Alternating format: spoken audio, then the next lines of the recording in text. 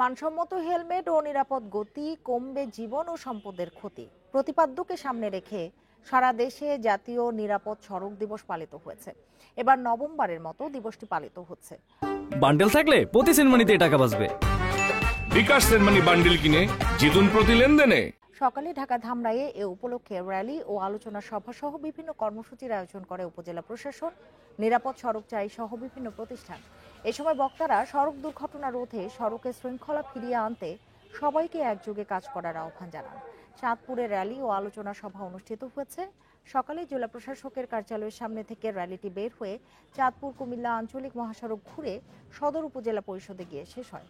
এছাড়া খাগড়াছড়ি, রাজবাড়ী, নাটোর, গোপালগঞ্জ সহ বিভিন্ন জেলায় নানা কর্মসূচির মধ্য দিয়ে দিবসটি পালিত হয়েছে।